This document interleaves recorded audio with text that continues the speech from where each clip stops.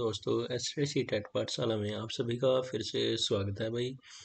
आपने हमारी जो वीडियो देखी थी मैम ने डाली थी, उसमें उन्होंने अपनी स्ट्रेटजी बताई थी कि कैसे उन्होंने अपनी जो है एस टेट सी टेट और पी टेट उन्होंने क्वालिफाई किया फर्स्ट अटैम्प्ट में।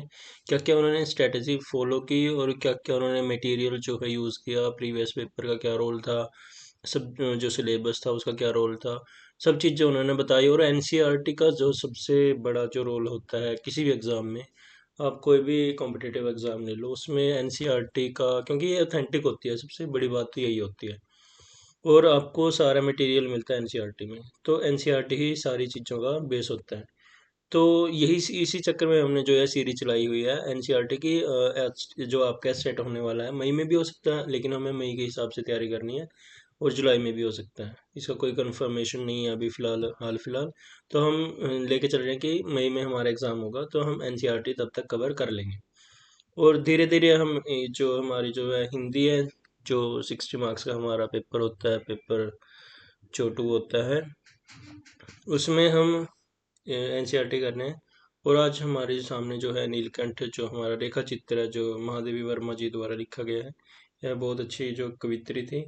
और यह पूछा जाता है कि यह किसकी रचना है, किस विधा की रचना है। और ये क्वेश्चन बहुत बार रिपीट होता है। ये 22 में भी आया था, 24 में भी आया था, 23 में भी एक छोटा सा इसका आया था कि वो मिलान वाले में। तो यह पूछा ही जाता है। और इसमें से जो इम्पोर्टेंट है कि यह किसके ऊपर लिखा गया है। यह एक मोर मोर और मोरनी होते हैं। जो मोर होता है उसका कंठ नीला होता है, वो सुंदर होता है। तो महादेवी वर्मा जी ने उनका नाम नीलकंठ रख दिया था, तो उनको नीलकंठ के नाम से बुलाती थी। तो उसी की है स्टोरी है। तो आइए हम इसको पढ़ते हैं, क्या क्या इसमें से इम्पोर्टेंट हमसे पूछ सकते हैं। उस दिन एक अतिथि को स्टेशन पहुंचाकर मैं लौट रही थी कि चिड़ियों और खरगोशों की दुकान का ध्यान आ गया और मैंने ड्राइवर को उसी ओर चलने का आदेश दिया। यह रेखा चित्र है जो हमारी महादेवी वर्मा जी हैं, वो बता रहे हैं कि मैं एक दिन अतिथि को स्टेशन पहुंचाकर मैं लौट रही थी, तभी उनका ध्यान किसी दुकान पे गया जो चिड़िया और खरगोशों की दुकान थी। और मैंने ड्राइवर को वहां रोक लिया। बड़े मियाँ चिड़िया वाले की दुकान के निकट पहुंचते ही उन्होंने सड़क पर आकर ड्राइवर को रुकने का संकेत दिया। मेरे कोई प्रश्न करने के पहले ही उन्होंने कहना आरंभ किया, सलाम गुरुजी। पिछली बार आने पर आपने मोर के बच्चों के लिए पूछा था। शंकरगढ़ से एक चिड़ी मार दो मोर के बड़े जो दो मोर के बच्चे पकड़ लाया है। कौन शंकरगढ़ से कौन लाया है चिड़ी मार? एक मोर है और एक मोरनी है। आप पाले मोर के पंजों से दवा बनती है, सो ऐसे ही लोग खरीदने आए थे। आखिर मेरे सीने में भी तो इंसान का दिल है। मारने के लिए ऐसी मासूम चिड़ियों को कैसे दूं? टालने के लिए मैंने कह दिया गुरुजी ने मंगवाए हैं। वैसे यह कमबख्त रोजगार ही खराब है, बस पकड़ो पकड़ो मारो मारो। बड़े मियाँ के भाषण की तूफान मेल के लिए कोई निश्चित स्टेशन नहीं है। सुनने वाला थककर जहाँ रोक दे वहीं स्टेशन मान लिया जाता है। इस तथ्य से परिचित होने के कारण ही मैंने बीच में उन्हें रोककर पूछा, मोर के बच्चे हैं कहाँ हैं? बड़े मियाँ के हाथ के संकेत का अनुसरण करते हुए मेरी दृष्टि एक तार के छोटे से पिंजरे पर पड़ी, जिसमें तितरों के समान दो बच्चे बैठे थे। पिंजरा इतना संकीर्ण था कि वे पक्षी शावक जाली के गोल फ्रेम में किसी जड़े चित्र जैसे लग रहे थे। मेरे निरीक्षण के साथ साथ बड़े मियाँ की भाषण में चली जा रही थी। ईमान कसम गुरुजी, चिड़ीमार ने मुझे इस मोर के जोड़े के नगद 30 रुपए लिए हैं। 12 कहा, भाई जरा सोच तो, अभी इनमें मोर की कोई खासियत भी है कि तू इतनी बड़ी कीमत ही मांगने चला? पर वह मुंजी क्यों सुनने लगा। आपका ख्याल करके अस्ता पस्ता कर देना ही पड़। अब आप जो मुनासिब समझें। स्तुति इस चिड़ी मार के नाम के और 5 बड़े मियाँ के ईमान के देकर जब मैंने वहाँ छोटा पिंजरा कार में रखा, तब मानो है जाली के चौखट का चित्र जीवित हो गया। दोनों पक्षी शावकों के छटपटाने से लगता था मानो पिंजरा ही सजीव और उड़ने योग्य हो गया है। सॉरी भाई साहब।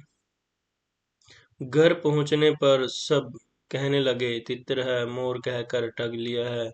कदाचित उन अनेक बार ठगे जाने के कारण ही ठगे जाने की बात मेरे चिढ़ जाने की दुर्बलता बन गई है। अप्रसन्न होकर मैंने कहा, मोर के क्या सुरखाब के पर लगे हैं?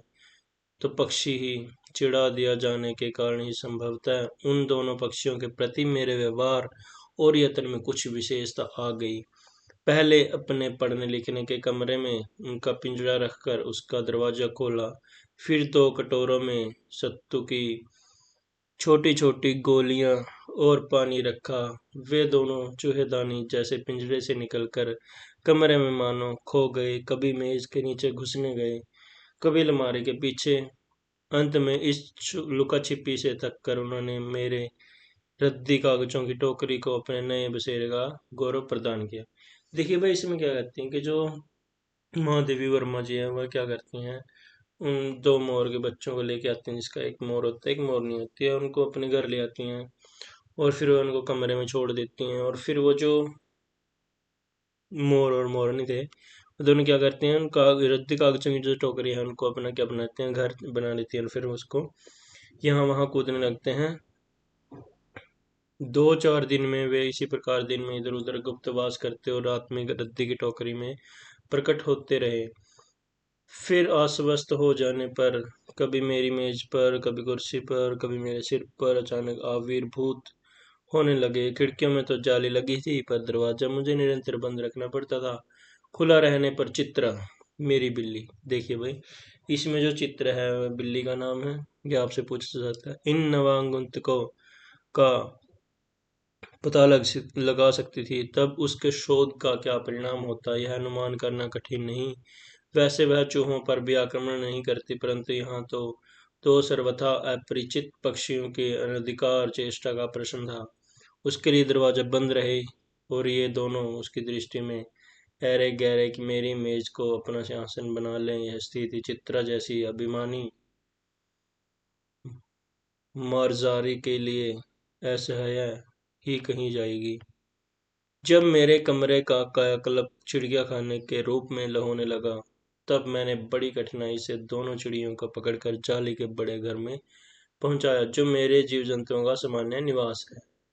देखिए, इनका एक अपना ही चिड़ियाघर है भाई, अपना कमरा, एक कमरा है जिसमें बहुत सारे जो है जीव जंतु रहते हैं, जो है पक्षी रहते हैं, खरगोश, चूहे, ये सब उसमें रहते हैं। दोनों नवागंतुकों ने पहले से रहने वालों में वैसा ही कुतूहल जगाया जैसे नववधु के आगमन पर परिवार में स्वाभाविक है। लक्का कबूतर नाचना छोड़कर दौड़ पड़े और उनके चारों ओर घूम घूम कर गुटगु गुटगु की रागिनी लापने लगे। बड़े खरगोश सभ्य सभासदों के समान क्रम से बैठकर गंभीर भाव से उनका निरीक्षण करने लगे। ऊन की गेंद जैसे छोटे खरगोश उनके चारों ओर उछल कूद मचाने लगे। तोते मानो भली भांति देखने के लिए एक आंख बंद करके उनका परीक्षण करने लगे। उस दिन मेरे चिड़ियाघर में मानो भूचाल आ गया। धीरे धीरे दोनों मोर के बच्चे बढ़ने लगे। उनका क्रियाकलाप वैसा ही क्रमशः रंग में था जैसा इली से तिल्ली का बनना। मोर के सिर की कलंगी और संगन ऊंची तथा चमकीली हो गई, चोंच अधिक भंकिम और पैनी हो गई, गोल आंखों में इंद्रिनी की नीलाभ धुती झलकने लगी, लंबी नील हरित ग्रीवा की हर भंगिमा में छुप छाही तरंगे उठने लगी। दक्षिण वाम दोनों पंखों में स्लेटी और सफेद आलेखपन स्पष्ट होने लगे। पूंछ लंबी हुई और पंखों पर चंद्रिकाओं के इंद्रधनुषी रंग उद्दीप्त हो उठे। रंग रहित पैरों को करवीली गति ने एक नई गरिमा से रंजित कर दिया। उसका गर्दन ऊंची कर देखना, विशेष भंगिमा में के साथ उसे नीची कर दाना चुगना, पानी पीना, टेढ़ी कर शब्द सुनना आदि क्रियाओं में जो सुकुमारता और सौंदर्य था, उसका अनुभव देखकर ही किया जा सकता है। गद्य का चित्र नहीं आंका जा सकता। मोरनी का विकास मोर के समान चमत्कारिक तो नहीं हुआ, परंतु अपनी लंबी धूप छाही गर्दन, हवा में चंचल कलगी पंखों की श्याम श्वेत पत्रलेखा मंथर गति आदि से वह भी मोर की उपयुक्त सहचारिणी होने का प्रमाण देने लगी।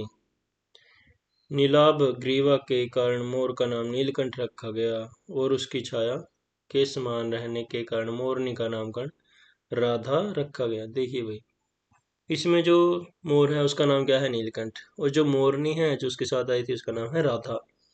मुझे एवं ज्ञात नहीं कि कब नीलकंठ ने अपने आप को चिड़ियाघर के निवासी जीव जंतुओं का सेनापति और संरक्षक नियुक्त कर लिया।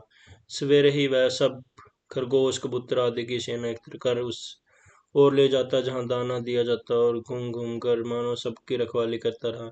किसी ने कुछ गड़बड़ की और वह तीखे चंचों प्रहार से उसे दंड देने दौड़ता। खरगोश के छोटे बच्चे को वह चोंच से उनके कान पकड़कर ऊपर उठा लेता था और तब तक वे आर्तक्रंदन क्रंदन न करने लगते। उन्हें अधर में लटकाए रखता। कभी कभी उसकी पैनी चोंच से खरगोश के बच्चों का कर्णवेध संस्कार हो जाता था, पर वे फिर भी कभी क्रोधित होने का अवसर न देते। दंड विधान के समान ही उन जीव जंतुओं के प्रति उसका प्रेम भी असाधारण था। प्राय वह मिट्टी में पंख फैलाकर बैठ जाता